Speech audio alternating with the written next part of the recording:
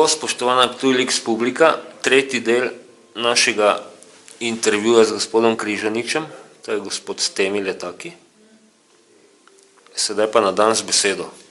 Pred seboj imaš potencialnega volilca ali volivko. Kako ga boš prepričal, da obkroži tvoje ime in ime tvoje liste? Oziroma, kaj lahko ponudiš, da reče pol človek Križo je pravi? Tole, kar sem zapisal v program z mojo ekipo, ki tudi nastopa z mano na volitvah za mestni svet, je nekaj svežega in drugačnega. V osnovi, s čemer se mi ubadamo in kar mi ponujemo, mi ne govorimo o tem, kako bomo porabili to, kar imamo, se pravi, kar ponuja proračun mestne občine Ptuj, kar je kohezija in kar je to, kar je možno dobiti od države na naše področje. Mi gledamo izven tega, se pravi, izven tega je dodana vrednost. Tukaj potem mi iščemo dejanska evropska sredstva in mednarodne fundacije ter zasebna vlaganja, ki bodo prinesla dodano vrednost na Ptuj. Potem, ko bomo mi vsak evro dodatni dobili izven teh treh aspektov, ki sem jih prej omenil, tukaj se začne razvoj. In tukaj potem lahko mi dejansko zagotovimo, da bo program, ki smo ga napisali, ki je v mnogo točkah in to še ni vse, to bomo potem lahko realizirali, če bomo imeli dodatna sveža sredstva mlad denar tukaj. Mi nastopamo za sloganom Ptuj je svetoven. To ima tudi dve dimenziji v svoji energiji, v svojem imenu.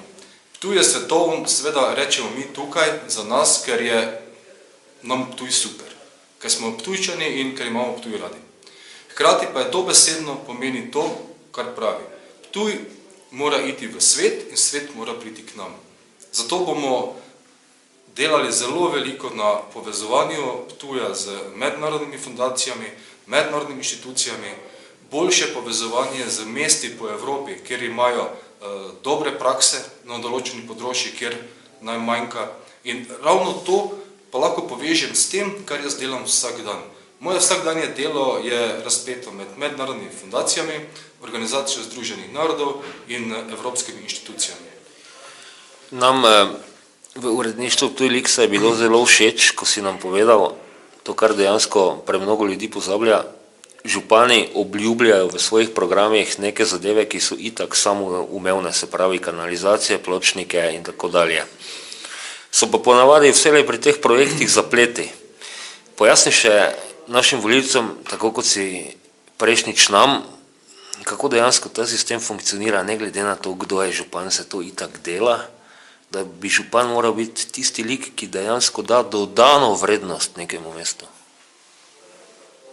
Tako kot sem nakazal, župan, pa tudi od mestnega sveta to pričakujem, da smo vsi skupaj bolj angažirani na tem, da na Ptuj pripeljemo sveže investicije, ki so izven tega, kar tako ali tako mestni občini pripada po proračunu.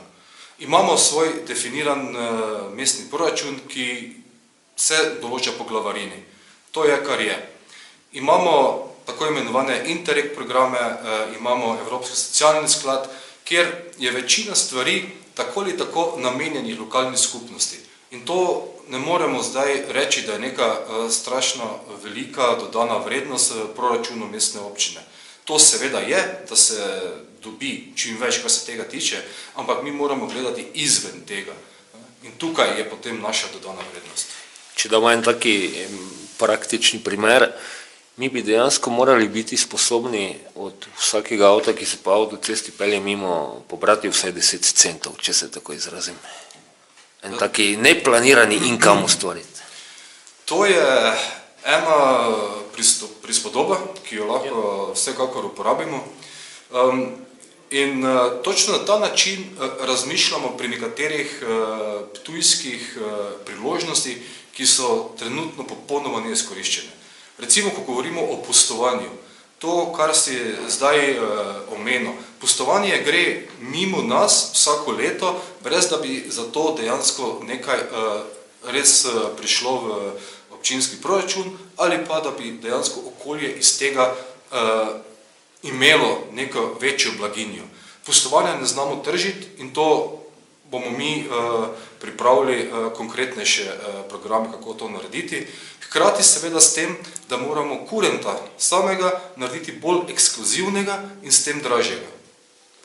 Dobro, zaključujemo ta del, v naslednjem delu pa še nekaj prav specifičnih vprašanj.